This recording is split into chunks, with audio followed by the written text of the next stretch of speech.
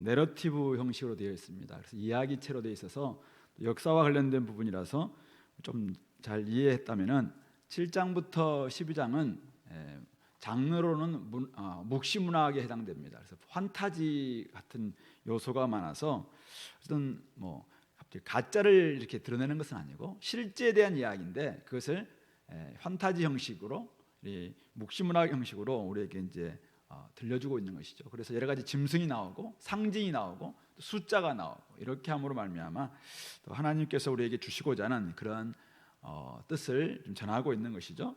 우리 7장에서 첫 번째 환상이 다니엘에게 나타났는데요. 우리 바다에서 올라온 네 짐승, 우리 첫째 짐승은 사자 같았고, 둘째 짐승은 곰 같았고, 셋째 짐승은 표범 같았고, 넷째 짐승은 무서운 무시무시한 쇠이빨을 가지고 있었던 그런 짐승이었다라는 것을 보게 됐죠. 그리고 거기서 이제 10뿔이 있었는데 그 갑자기 작은 뿔이 하나 나와서 새 뿔을 갑자기 또 뽑아버리고 그 작은 뿔이 이제는 여러 가지 또 뭔가를 막 신성모독하는 말을 하고 이렇게 할 때 또 하늘의 그 환상을 통해서 이 모든 것들을 심판하시는 분이 바로 보좌에 앉으신 하나님이시다라는 걸 보여주셨고, 그리고 인자 같으니 바로 예수님이라고 우리가 이제 신약에서는 그렇게 해석을 합니다.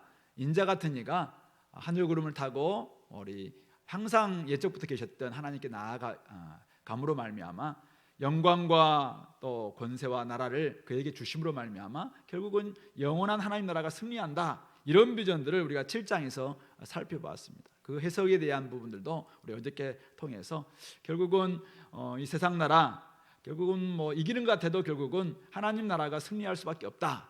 그러므로 우리가 두려워하지 말고 또 믿음 굳게 잡고 나아가자, 이런 이야기를 우리가 7장에서 했습니다. 자, 그런데 8장에서 또 다니엘이 처음에 나타난 환상 후에 벨사살 왕 제3년, 우리 첫 번째 환상은 벨사살 왕 제1년 원년에 나타났었어요. 근데 오늘 이것은 이제 2년 후 제3년에 한 환상이 나타나는데 환상을 본 이 다니엘이 지금 그가 벨사살 왕은 바벨론 왕이잖아요. 그래서 바벨로니아에 지금 살고 있어요. 그런데 그가 환상을 봤는데 환상을 보는데 자기 몸이 어디냐면은 엘람 지방 수산성에 있었다는 것입니다. 엘람은 이제 나중에 페르시아가 되는 바로 그 지역인데요.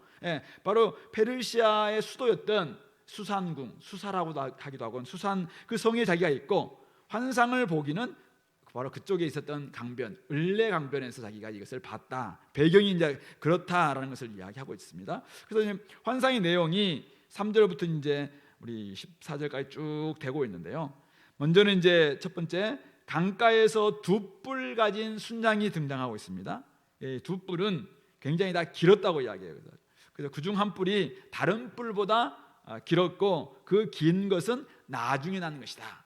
그래서 나중에 이제 우리 20절에 가면은 바로 이 두 뿔 가진 순양은 메대와 바사, 페르시아 왕들이다라고 이야기하고 있죠. 그래서 메대가 먼저 났고 먼저 좀 승했다가 나중에 페르시아가 훨씬 더 강하기 때문에 둘 다의 뿔이 길었지만은 뒤에 난 페르시아 뿔이 훨씬 더 길어서 그 페르시아가 전체를 이제 통일하게 되는 이런 부분들을 좀 보여주고 있는 것이죠.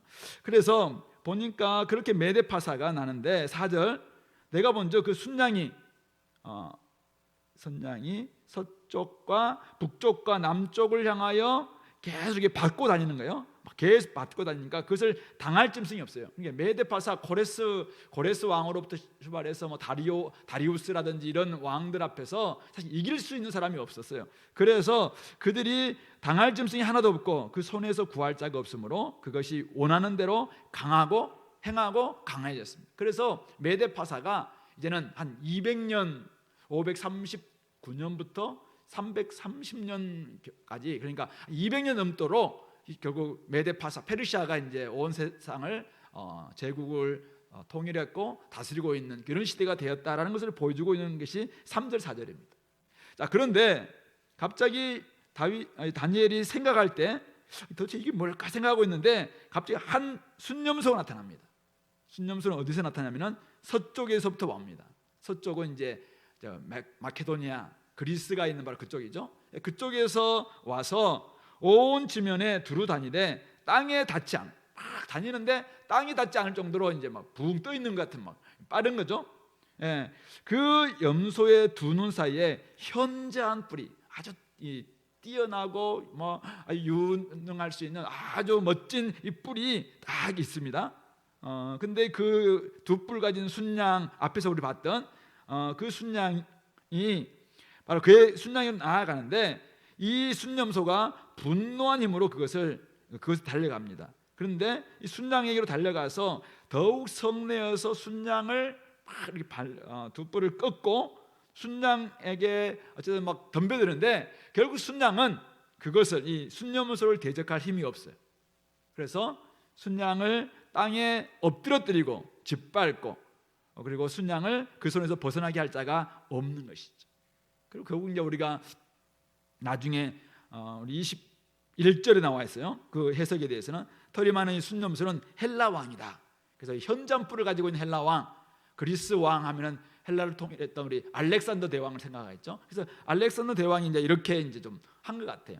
그렇게 해서 순염소가 스스로 심히 강대하여 가더니 강성할 때 그 큰 뿔이 꺾입니다. 갑자기 꺾이게 됐어요. 그리고 그 대신에 현저한 뿔 넷이 하늘 사방을 향해서 났더라, 자라더라. 그래서 원래 뭐 알렉산더 대왕이 어떤 책에는 31세, 어떤 책에는 33세, 제가 이제 32세라 32세에 갑자기 요절하게 되잖아요. 걔가 21살부터인가 왕이 돼서 그냥 26이 되기 전에 거의 세계를 통일했었어요. 그렇게 하고는 32살, 33살 이때 이제 갑자기 요절하잖아요. 그렇게 하니까 그의 이제 신하들 4명에 의해서 결국 이게 헬라 제국이 분열되잖아요. 그래서 이제 뭐 저기 그리스 쪽에 하나, 소아시아 쪽에 하나, 그다음에 밑에 저기 바벨론 쪽에 하나, 그럼 밑에 이집트 쪽에 한쪽, 이렇게 해서 4개로 분할되게 되는데, 그렇게 되었다라는 것을 말하고 있는 것입니다. 자, 그런데 갑자기 그런 가운데서 한 뿔에서, 현저한 한 뿔에서 작은 뿔 하나가 나옵니다. 작은 뿔 하나 나오는데, 그 작은 뿔 하나가 동쪽, 남쪽, 동쪽, 그리고 영화로운 땅은 하나님이 계셨던, 하나님이 약속하신 땅, 팔레스타인을 가리키는데, 영화로운 땅을 향하여 심히 커집니다. 그리고 그것이 하늘 군대, 하나님의 군대죠, 미칠 만큼 커져서 그 군대와 별들 중에 몇을 땅에 떨어뜨리고, 그러니까 뭐 하나님의 군대와 대적을 한다는 것이죠. 그것들 짓밟고, 그리고 그가 스스로 높아졌어요. 높아져서는 군대 주제이신 하나님을 막 대적하고, 하나님을 대적하고 매일 드리는 제사를 없애버리고, 우리 원래 성전에서는 상번제라고 해서 매일 드리는 제사가 아침적으로 있었잖아요. 그 제사를 없애버리고 성소를 헐고, 그리고 그의 악으로 말미암아, 여기서 이제 그의 악이 이 사람이 작은 뿔의 악인지 아니면 이 백성들의 악인지에 따라서 조금 뭐 다르게 해석될 수 있습니다만은, 저는 이 백성들의 악이라고 이제 좀 생각할 수 있는데요. 그 악으로 말미암아 백성이 매일 드리는 제사가 넘긴 바 됩니다. 그리고 진리도 땅에 떨어지게 되고, 자의로 행하여 그가 그냥 스스로 형통하는, 아무도 어떤 징벌도 받지 않고 그가 막 계속 형통해 가는 이런 모습을 보여주고 있는, 이것이 헬라의 하나의 분파였던 바로 셀로코스 왕조에서 안티오코스 에피파네스 4세라는 아주 유명하고도 험악했던 그 왕, 그가 이제 결국은 팔레스타인에서 들어와서 성전을 다 파괴하고 거기에 제우스 신상을 세우고 돼지로 제사드리고 막 이런 일들이 이제 벌어지는 거거든요. 그래서 그런 것들 나중에 이제 마카베오가 결국 이기고 결국 성전을 다시 한번 올려드리는, 제사드리는, 그래서 성전을 다시 깨끗하게 봉헌한다고 해서 수전절, 그 이제 우리 요한복음 몇 장이죠? 12장인가요? 거기 나오는 그런 이제 유대 명절이 하나 생기는, 바로 그 배경을 이야기하고 있는 것이죠. 이렇게 되니까 한 거룩한 이가, 천사겠죠, 또 다른 거룩한 이에게, 이 말하는 이에게 물어봅니다. 도대체 이 환상이 나타난 바 매일 드리는 제사, 망하게 하는 죄악에 관한 일, 그리고 성소와 백성이 내준 바 되고 짓밟힐 일이 어느 때까지 이를꼬? 도대체 이런 지금 하나님의 성전도 다 파괴되고, 그리고 제사도 지금 짓밟히고, 성소와 또 백성들은 내준바되고, 아예 성전이 다 짓밟히는 이런 일들은 어느 기간까지 될까 이렇게 물어보는 거예요. 그러니까 그가 이 다니엘에게 이야기해 주는 게 뭐냐면은 2300주야 2300일 동안 이런 일들이 될 것이고, 그때가 지나고 난 다음에 성소가 정결하게 될 것이다. 그래서 6년이 좀 넘는 기간 동안 이렇게 짓밟히게 될 것이고, 결국은 그 뒤에는 성소가 정결하게 될 것이다 라는 그런 이야기를 이 다니엘에게 해 줬다라는 것입니다. 이게 오늘 둘째 환상에서 환상 내용이고, 또 환상을 통해서 보고 들었던 다니엘이 기록한 내용인 것입니다. 자, 우리는 여기서 이제 우리 해석은 감사하게도 내일 이제 우리 보겠지만 15절부터 27절에 자세히 또 나와 있어요. 물론 이 하나하나를 자세히 설명하진 않아요. 그러나 이것이 어떤 의미인가에 대한 부분들은 내일 우리가 한번 자세히 살펴볼 텐데요. 오늘 이 환상에 대해서 도대체 하나님은 무엇을 말씀하시고자 하는가 이거죠. 오늘 우리는 이런 하나님의 비전이나 하나님의 환상 또 이상 이런 것을 볼 때, 오늘 이 말씀 1절부터 14절의 이 말씀을 통해서 우리는 또 다니엘은 무엇을 깨닫고 무엇을 배우고 또 무엇을 생각해야 했을까 이거죠. 첫 번째는 뭡니까? 우리가 7장에서 봤습니다만은 역사가 이렇게 바뀐다는 거잖아요. 지금 다니엘은 바벨론의 마지막 왕인 벨사살 왕 3년을 살고 있어요. 아직도 바벨론이 망하려면 지금 한 550년 정도 되거든요. 그리고 550년에서 이 바벨론은 539년에 망합니다. 그러니까 아직도 한 10년, 11년 정도 남아 있습니다.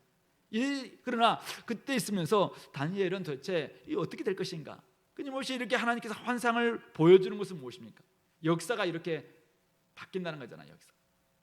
이렇게 나중에 바벨론도 이렇게 망하고 메데파사가 일어나게 될 것이고, 그것을 이제 짐승으로 표현하기도 하고, 여기는 순양과 순염수로 표현하고 있지만은 이렇게 수로 강력한 나라에 의해서 이렇게 죽이고 또 무너뜨리고 짓밟는 이런 역사가 계속해서 일어나고 있다라는 것을 오늘 말씀해주고 있죠. 자, 그런데 일어나고 있다? 이것을 지금 다니엘에게 알려주면서 하나님이 주시고자 하는 말은 뭐예요? 이것을 알라는 거잖아요. 그런데 이 모든 것들을 알려주신다는 것은 뭐예요? 하나님께서 결국은 주관하고 계시다는 것이죠. 하나님이 주관하고 있으니까 이 모든 일들은 역사가 이렇게 일어날 거라는 거예요. 일어날 거고, 이것은 내가 다 알고 있는 바고, 그리고 이것은 내가 주관하는 일이다. 그러므로 지금 바벨론에서 살고 있는 다니엘, 그리고 포로로 잡혀와 있는 성도들, 하나님의 백성들, 남은 자들일 수도 있겠죠. 이런 사람들 어떻게 할 것인가? 믿음 잃지 말고 더 믿음 굳건히 하고 강해져야 된다. 이런 의미가 있지 않겠는가 생각합니다. 때로 우리는 이런 말씀 보면서, 아니 개인적인 어려움이나 가정 문제 해결도 지금 바쁘고 사실은 힘든데, 아니 꼭 우리가 이런 문제까지 알아야 됩니까? 아니 지금 나라가 어떻게 되는지, 아니 한 제국이 바뀌고 이런 것들을 꼭 우리가 알아야 되냐 이거죠. 우리는 지금 내가 오늘 뭐 할지, 오늘 우리 아들도 시험 쳤습니다만은, 시험을 잘 쳤는지, 어떤 학교로 갈 것인지, 이런 데 관심이 있는데, 지금 한 시대가 어떻게 될 것이고, 다음 세대는 어떻게 될 것이고, 이런, 아니 지금 우리 이 한 10년도 잘 모르겠고, 아니 1년도 잘 모르겠는데, 지금 이것은 몇백 년에 해당되는 부분이잖아요. 몇백 년. 지금 앞으로도 10년 뒤의 일을 이야기하고 있고, 또 몇백 년 된 일을 이야기하고 있고, 또 다니엘은 지금 BC 550년을 살고 있는데, 아까 우리 작은 뿔에 대한 이야기는 BC 160년경에 일어날 일이거든요. 300년 한참 뒤에 있는 일에 대해서 다니엘이 지금, 아니 이걸 지금 저한테 이야기하는 이유가 뭡니까? 이런 생각이 들지 않겠습니까? 그런데 하나님은 이걸 지금 이야기해 주고 있는 것입니다. 오늘 우리에게, 물론 우리는 다 지나간 이야기입니다만은, 오늘 우리가 하나님께서 이 온 우주 만물을 지금 운행하시고 역사를 주관하시는 부분임을 우리에게 알려주시는 이유가 무엇일까요? 좀 작은 문제에 너무 그것 때문에 힘들어하거나, 그것 때문에 마음을 빼앗기고, 그것 때문에 낙심하고, 그것 때문에 염려하고, 그것 때문에 그냥 쪼그라들고, 그것 때문에 타협하고, 그것 때문에 그냥 소시민으로 살려고 하는 이런 마음들 좀 내려놔라 이거죠. 다니엘은 지금 바벨론의 마지막 왕 이 벨사살 시대를 살고 있으면서 어쩌면 바벨론 아직 그가 이 벨사살 왕이 마지막인가 잘 모를 수도 있잖아요. 그런데 하나님 뭘 보여주고 있습니까? 영원할 것 같았던, 그래서 유대를 철저히 무너뜨렸던 그 바벨론도 곧 끝난다는 것입니다. 그리고 새로운 제국이 도래할 것입니다. 그러면은 사실은 바벨론의 정치적 중심지였던 이 바빌로니아에서 이제는 자기가 그 성을 위해서 기도하고 마음도 쓰고 어떻게 좀 살 것인지를 궁금하고 그렇게 했는데, 오늘 주님께서는 이제는 이 성이 아니라 나중에 엘람에 있는 수산궁이 중심지가 될 것이다 라는 것을 보여주면서 그런 새로운 순념소와 같은 이런 일들이 일어날 것이다, 순양과 같은 그런 제국이 일어날 것이다 라고 말하고 있는 것이죠. 다니엘이 마음에 들 것은 지금 바벨론도 아니고 다음에 일어나게 될 지금 수산궁, 즉 메대 파사도 아니고 오직 이 모든 상황과 일을 다 주관하시고 알고 계시고 이것을 내다보고 계시고 그리고 이 모든 것들을 섭리하고 계시는 하나님께 마음을 두어야 된다, 이것을 이야기합니다. 그리고 앞으로 이런 일들이 일어날지라도, 이런 일이 벌어진다 하더라도 그 상황 너머에 계시는 하나님을 생각하면서 너는 더욱 하나님을 믿고 강해져야 된다, 이것을 우리에게 말씀하는 것이 아닐까 생각해 봅니다. 바벨론 곧 끝나고 두 뿔 가진 바로 순양 메대 파사가 역사에 일어나게 될 것입니다. 그 나라, 당할 나라가 없는 것 같고 그 손에서 구할 자가 없는 것처럼 원하는 대로 행하고 다 강해졌어요. 4절 나와 있는 거죠. 539년부터 330년 동안 거의 한 200년 동안 온 세계를 제패했던 나라가 이 메대 파사였습니다. 그러나 곧 메대 파사도 끝나고 바로 순념소와 같은 두 뿔 사이에 현저한 뿔을 가지고 있는 한 사람, 한 정복자 나타나서 땅에 닿지 않을 정도로 막 날쌔게 다니면서 온 세계를 정복하는 그런 사람이 또 일어나게 될 거라는 거예요. 그러나 그것도 잠시 잠깐이면 또 지나갈 것이고 또 거기에서 네 뿔이 나와서 또 네 개로 분열될 것이고, 그런 가운데서 또 작은 뿔이 나와서 또 이렇게 나와서 백성들을 막 괴롭히기도 하고 성전을 막 무너뜨리기도 하고 이런 일이 벌어질 거랍니다. 그러나 언젠가 그 뿔도 꺾이는 것이고, 그리고 2300주야를 괴로운 성도들은 여러 가지 고난 당하겠지만은 우리가 어제 봤다시피 한때, 두때, 세때, 네때 늘어나는 것이 아니라 한때, 두때, 그리고 반때로 줄어들다가 그것도 끝날 때가 있다라는 것을 말하고 있는 것이죠. 그러므로 우리 시조 예시 있잖아요. 화무 10일홍, 권불 10년 이런 말 있잖아요. 아무리 붉은 것도 11일 가지 않는다. 권력 10년 가지 않는다. 이렇게 생각해 본다면 우리가 어떤 것에 우리가 마음을 둬야 되는가, 이것이죠. 그런 점에서 오늘 진정한 역사의 주인은 누구인가? 오늘 온 세상의 주권자가 하나님이시다라는 것을 우리가 진짜 안다면은 우리는 오늘 이 땅에서 일어나고 있는 수많은 문제들, 큰 문제들, 작은 문제들, 이런 문제들을 바라볼 때도 거기에서 진짜 주관하시는 분은 하나님이시구나. 이 모든 것을 지금 너머에 계셔서 위에서 다 보고 계시는 분이 계시다라는 사실을 우리가 깨닫는다면은 그 부분에서 우리가 주님에 대한 믿음을 확실히 가지고, 그것 때문에 너무 이 땅에 일어나고 있는 일 때문에 마음을 졸이지 말고, 그 때문에 염려도 하지 말고, 너무 근심하지도 말고. 물론 2300일이 적지 않은 기간이에요. 그때 동안 고난 당할 걸 생각하면 사실은 나중에 다니엘 보면은 며칠 동안 알아. 너무 고통스러운 일들이 막 일어날 거라고 생각하니까 알 수밖에 없는 이런 부분이 있겠지만, 그러나 그 뒤에 일어날 일들을 생각해요. 하나님이 결국은 다 하나님께 부침받으시고 결국 때가 되고 난다면은 결국 하나님은 또 바꾸실 것이다, 이런 생각을 하시고 조금 더 넓게 바라보시고 하나님의 큰 그림을 가지고 우리 인생을 좀 볼 수 있는, 그래서 작은 거, 디테일한 거 우리가 보는 것도 중요해요. 그러나 그것을 훨씬 넘어 볼 수 있는, 그래서 오늘 일어나고 있는 일들 때문에 너무 마음을 그냥 낙심하지 마시고 힘들어하는 우리 지체들 바라보면서 그들을 향해서 조금 넓게 바라보도록, 좀 크게 바라보도록, 하나님의 관점을 가지고 좀 세상을 볼 수 있도록. 하나님은 우리를 훨씬 더 위에서 이렇게 보고 계시잖아요. 그러니까 그런 관점을 가지고 세상을 바라볼 수 있도록 그렇게 나아갔으면 좋겠습니다. 물론 우리가 역사, 사회에 대해서 무관심해서는 안 됩니다. 그러나 당장 우리 지금 남북 관계 어떻게 될 것인가? 우리 강대국 지금 여러 가지 전쟁도 일어나고 이렇게 하고 있잖아요. 일어날 또 가능성도 있기도 하고, 또 우리나라의 지금 여러 가지 국제 정세라든지 또 국력이라든지 경제 문제라든지 이런 거 생각해 보니까 앞으로 참 살아갈 것이 좀 만만치 않겠다. 이것 때문에 마음이 괜히 쪼그라들고, 혹시 그런 분이 있습니까? 오늘 주님께서 200년, 10년, 5년 그거 가지고 우리가 마음을 이렇게 쓰고 있을 때 주님께서는 위에서 줌 아웃인가 줌인가 모르겠는데 한참 위에서 보니까 이것은 너무 작은 문제예요. 작은 문제. 거기서 조금 일어나는 문제를 가지고 우리가 그냥 마음을 쪼이고 이렇게 하지 말자. 저 위에서 바라보시고 몇백 년 뒤에 어떻게 될 것인가. 하나님 나라가 지금 마지막 지점에 승리해야 한다고 다 기다리고 있잖아요. 그때까지 우리에게서는 옥신각신, 아웅다웅 여러 가지 싸움과 다툼과 일어나게 될 거예요. 그러나 조금 뒤에 보면은 주님께서 다 이것을 섭리하고 있다 생각하신다면은 좀 더 마음을 강하게 하시고 담대히 하시고, 그래서 큰 마음을 가지고 여러분들이 살아갈 수 있는 우리 공동체 될 수 있게 되길 바랍니다. 한 가지만 더 본다면은 오늘 제가 아까 우리 12절이죠. 12절을 그의 악으로 말미암아 백성이 매일 드리는 제사가 넘긴 바 되었고 진리를 땅에 던지고 자유로 행하여 형통하였다.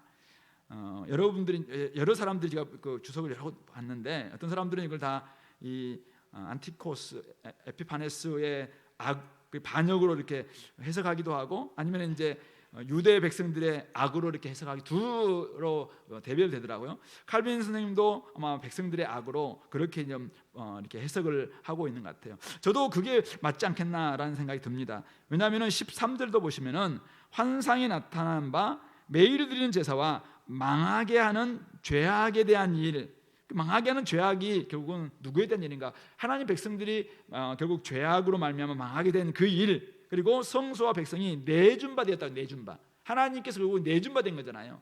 하나님이 왜 이렇게 내준 바 되었을까? 하나님께서 결국은 이들의 죄악 때문에 이것을 내준 바 되는 것이라고 보는 게 맞지 않겠습니까? 그러므로 이 내준 바 되고 짓밟힐 일이 어느 때까지 이를고 2300주야가 되고 난다면 성소가 다시 이제 정결케 된다라는 거 이야기하고 있는데요. 결국은 우리 역사를 보면은 역사에 주관하시는 하나님께서 때로는 스스로 패배자처럼 보입니다. 패배자가 되시기도 합니다. 패배자로 자처하시기도 합니다. 그리고는 결국 나중에는 온전한 뜻을 이루어 가시는 것이죠. 우리가 1장 잠깐 보자. 1장 2절 저번에 우리 이야기했습니다마는 예루살렘이 느부갓네살 왕에게 에워싸이더니 2절 주께서 유다 왕 여호야김과 하나님의 전 그릇 얼마를 그의 손에 넘기셨다. 하나님 아예 넘겨버렸잖아요. 하나님 아예 넘겨주셨어요. 하나님이 스스로 패배자가 되신 거예요.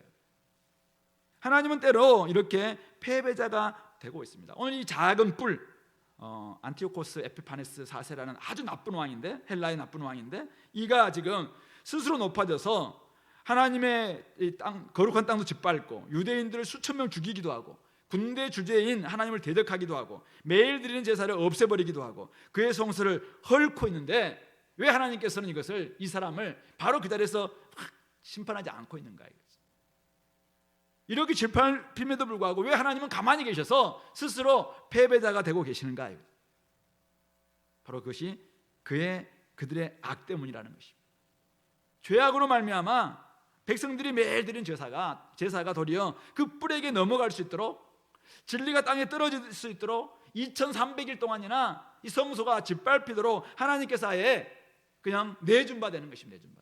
그래야지 온전한 성소, 정결케 되는 성소가 될 수 있겠다라고 주님께서 판단하시는 것입니다. 역사를 주관하시는 하나님께서 힘이 없어서, 무기력해서 이렇게 넘기신 것인가요? 그것은 아닐 것입니다. 스스로 패배자가 되신 것입니다. 바벨론이 성전을 무너뜨리도록 하나님께서 그냥 허용하신 것이고, 오늘 이 안티오코스 에피파네스가 그렇게 성전에 들어와서 엉망으로 만들도록 하나님께서 아예 그냥 내준 바 되신 이유가 무엇인가요? 죄 때문이라는 것입니다. 이 작은 뿔이 스스로 높아져서 하나님을 대적하고 진리를 땅에 던지고 자의로 행하여 형통하는 이 나쁜 짓을 행하는 것, 이게 바로 죄죠. 근데 그런 버금가는 죄악들을 우리 하나님의 백성들 이스라엘도 행했다는 사실이죠. 그러니까 하나님께서 그 악으로 말미암아 아예 그냥 이것들을 매일 드린 제사도 그리고 성소도 백성들도 아예 그들에게 넘기는, 이 짓밟히는 이것을 허용하고 있다는 사실. 하나님은 역사의 주관자이시고 진정한 심판주이십니다. 이 사실을 안다면은 다른 사람의 죄뿐만 아니라 바로 우리 자신의 죄악에 대해서도 우리는 철저하게 돌아보고 회개할 수 있어야 된다는 것이죠. 내로남불. 다른 사람들 죄는 그렇게 잘 보이는데 우리 자신의 죄에 대해서는 잘 보지 못하는 사람들이 있다면은, 다른 사람들의 죄에 대해서는 막 죄라고 큰 소리 치던 사람들이 자신이나 자신의 아군들, 자기들의 죄에 대해서는 다른 사람들이 막 죄라고 이야기해도 묵묵부답 전혀 반응하지 않고 있다면은 이것이야말로 내로남불이 아니고 무엇이겠습니까? 근데 하나님께서는 결코 하나님은 그런 분이 아니라는 것입니다. 하나님은 백성들의 악으로 말미암아 공의로 심판하신 하나님의 성품이 좀 이거 다른 사람들한테 먹히지 않을 것 같다. 그러면은 자기 백성부터 먼저 치시기 시작한다는 것입니다. 하나님께서 이 땅에 여러 가지 고난을 주고 징계를 주시는 그 목적이 하나님 백성들이 철저히 죄에 대해서 둔감했을 때 더 정결하게 만들기 위해서 사실은 이 징계를 허용하는 경우가 굉장히 많이 있습니다.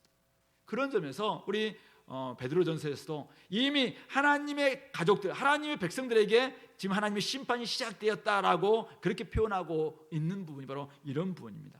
하나님은 결국 자신의 땅과 성소마저 스스로 내준 바 되고 짓밟히도록 내버려 두시는 것이죠. 그만큼 하나님은 죄에 대해서 철저히 미워하시고 우리 자신들이 철저히 죄에 대해서 회개하도록 하시기를 원한다는 사실을 기억하셔야 됩니다. 역사의 주관자, 온 세상의 하나님이신 주인이신 하나님께서 결국은 온 땅을 관리하기 위해서는 어떻게 해야 됩니까? 온 땅을 통치하기 위해서는 어떻게 해야 됩니까? 죄에 대해서는 심판하셔야 됩니다. 그런데 우리의 죄, 자기 가족에 대해서는 그냥 우리 가족이니까 봐준다? 그런 하나님이 아니라는 것이죠. 그래서 자기의 죄악으로 말미암아 철저히 짓밟히도록 허용할 수밖에 없고, 그래서 나중에 진짜 정결한 백성들을 만드시기를 원하시는 분이 우리 하나님이시다라는 사실이죠. 그러므로 오늘 이런 환상을 통해서 다시 한번 우리가 돌아봐야 될 것은 이것이죠. 왜 이렇게 2300일 동안이나 하나님 백성들이 이렇게 짓밟히도록 하나님은 허용하고 계시는가? 왜 우리 인생들은, 왜 하나님 백성들이 이렇게 고난받고 철저하게 징계를 받고 그러고 난 다음에야 정결케 될 수밖에 없는가? 우리가 우리의 죄 때문이구나. 우리가 여전히 거룩하지 못해서 그렇구나. 우리 안에 어떤 잘못들이 있다면 하나님은 그런 부분들까지도 철저히 이제는 쏟아내고 하나님 앞에 온전케 되기를 원하시는 거구나. 이런 생각을 좀 하셨으면 좋겠고, 그러므로 하나님께 버림당하기 전에 우리 자신에 있는 죄를 먼저 버릴 수 있는 우리가 되어야 될 줄을 믿습니다. 그럴 때 하나님은 우리를 거룩한 백성으로서 우리를 삼아주실 것이고, 하나님의 보호하심 가운데서 우리를 언제든지 인도해 주실 줄 압니다. 우리가 정결하게 되기만 된다면 여러분들 여러 가지 과정을 통해서 진짜 고난과 또 여러 가지 여러분들의 그 연단을 통해서 진짜 정금 같은 믿음만 우리가 정말 소유할 수만 있다면, 정결한 백성만 우리가 될 수만 있다면, 그렇다면 하나님은 언제든 우리들을 지켜주시고 보호하시고 용납하시고 끝까지 함께 하시는 분이 우리 하나님이시다라는 사실을 깨달으시고, 오늘 이 밤 여러분들의 죄악들, 혹시 하나님보다 더 높아지려고 했던 마음들, 혹시 여러분들이 스스로 막 좀 형통하려고 했던 그 마음들, 스스로 자기가 막 좀 뽐내려고 했던 마음들, 하나님 아니고도 내가 좀 살 것 같다고 막 으스댔던 이런 마음들 다 좀 내려놓고 내가 철저히 하나님을 의지하고 하나님만이 나의 삶의 주인으로 온 세상의 주인일 뿐만 아니라 나의 삶의 주인이시 주인이 하나님이십니다. 이런 마음을 가지고 정말 우리 자신들을 하나님 앞에 온전히 내려놓고 그런 가운데 정결하게 회복되는 이 밤이 될 수 있도록 기도하는 우리 공동체가 되기를 바랍니다. 같이 한번 기도하겠습니다. 이 말씀을 좀 기억하시면서 하나님, 우리가 하나님의 뜻들을 잘 깨닫게 도와주시고 온전하게 회복되어서 하나님이 이끄시는 데 나아가는 저희들 되게 해달라고 우리 기도 담당자 나올 때까지 함께 기도하겠습니다.